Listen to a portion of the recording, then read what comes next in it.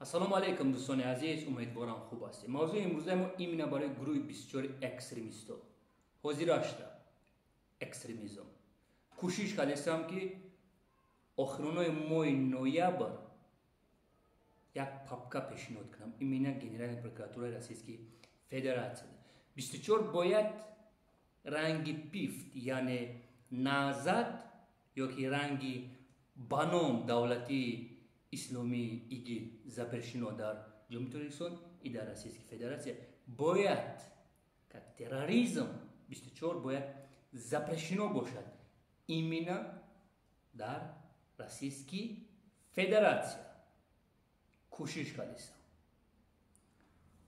این مراجعت من ایمنا با دلشاد شریف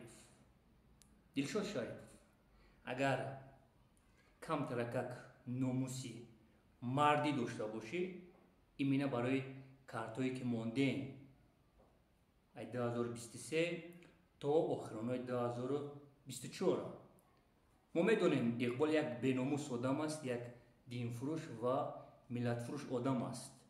برای پول باور نکنین سمیاشا میبرورا میتر 7 کارتاش ما محکم کرده هستم، پچاتش خیلی دستمانده هست.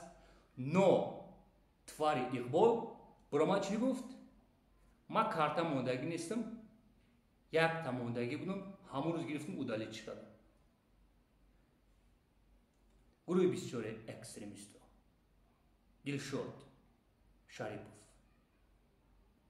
ایمنا او کارتایی که سناک مونده بود اگر اتکاس کنی من میدونم که همه شما بانام مخالفی تاجیک یا بانام موجود همه شما بیناموسی یکم تات ناموسی مردی نداره بیو برو منکرگی هستین.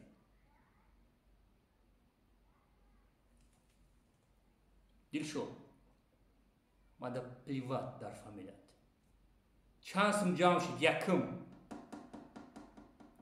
و او پول شما گجا رسود کرده پولی که نه کارتا تا در روی اکرام برورم شما میدم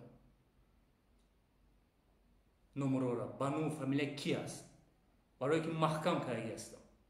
دلشاد شما فکر نکنین که دست پیش بودیش گام نه برای که دلشاد 8 مادر مرا زنگ زدگی است بچه‌ام گفتگی است ایمینا برای کارتایی که سنگ موندگی بود سن بچه‌ام محکم کرد. ایمینا برای کارتایی که شما موندین ای اقبال بیناموس جواب گفتن در کار است. چانسم برای ایمنیت دلشاد همه شما تو پای هستین باید دوبار گفتن در کار است. چانسم جمع شید و پول شما گجا رسود کردین خیلی شما دموکرات میخواین کن بانام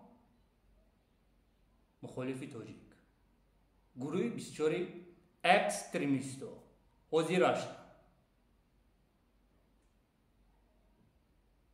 کنی پول یا جان تشکرم وطنان عزیز. اگر نصیب باشه یک ویدیو خوب ایمنا در کانال آینده ملت میبروید. ایمنا برای افغانستان چند هزار تروریست جمع شده است با فقط دلیل. یا جان تشکر.